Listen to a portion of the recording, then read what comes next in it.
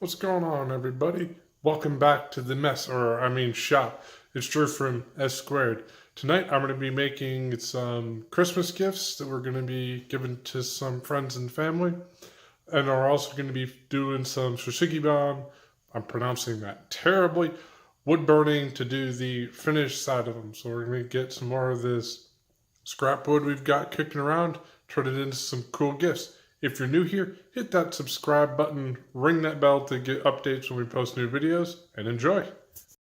So here's what we're going to be working on tonight. I've got some state templates for Washington and Connecticut. Cassie's family is from Connecticut, and we're going to be creating a gift for her aunt who also lives in Washington, so kind of a Okay, so now that we have kind of roughly cut out the outlines out of the piece of paper, we're going to take some spray adhesive, get them stuck down to the wood. That way they don't move around as we can cut around the outline or the majority outline with the jigsaw. Okay, now the outline of the piece of wood are clamped down to the bench. We can get to cutting. So here's the jigsaw that I'm using. It is the 18-volt cordless Makita jigsaw. I have a big collection of 18-volt Makita tools. It kind of jumped on them when they released this line of tools. I think I've owned this particular one for 8 or 9 years at this point. It's been a great little jigsaw, really comfortable to use. Highly recommend it. Again, this is something that I purchased. Makita is not sponsored this content in any way, shape, or form. If you're interested in this saw, hit the Amazon link in the description below. Do a little bit more research on it, make your own decision, but I absolutely love the Makita 18-volt tools.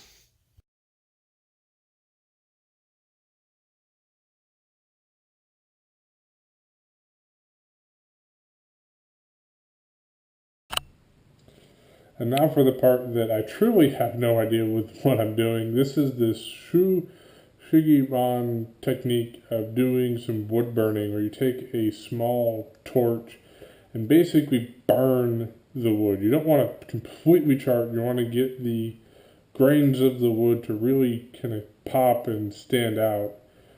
So this is a technique that I am still learning. So bear with me, as I'm still really have no idea what I'm doing.